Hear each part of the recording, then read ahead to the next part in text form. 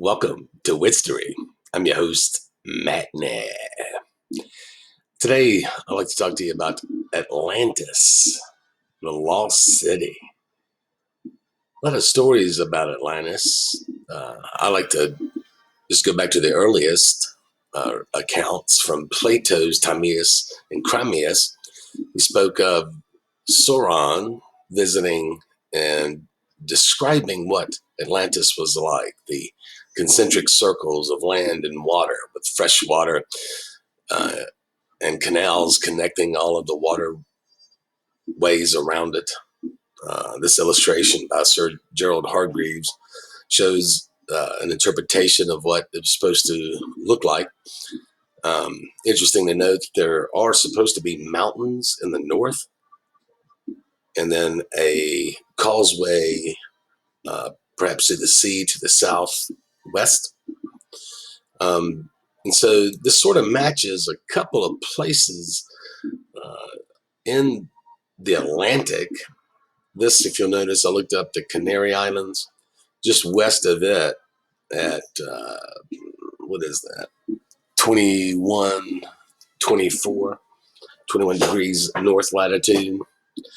And I think it's 24 degrees west longitude. You'll see this structure in the water. Notice the lines. I think I read this is how they stitch together the images from underwater. However, these do not match that. I should have gone zoomed in even further, but you can tell there's almost remnants of a wall, perhaps. They do not match these other stitch lines. And so I ask that you check this out. This is just west of the Canary Islands. And another place that more recently has become popularized is the Eye of Mauritania, or the Rycat structure. Notice you can sort of see the concentric circles in with this. This is at 21 degrees north latitude in Mauritania in northwestern Africa. If you'll notice, you can sort of see the concentric circles, the mountain range to the north. And if you notice, even on this last photo, it appears that the sand was headed towards the ocean. I've heard it postulated that perhaps this was underwater for a while, whether it's like a day and a half, as the story was told, it's underwater.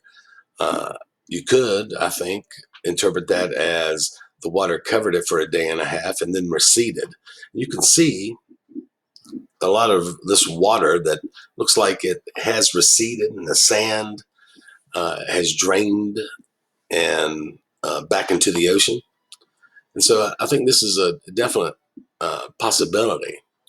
I've also heard it said that it's possible that with the tectonic plates that it could have been underwater for a while and then now is back above the water level.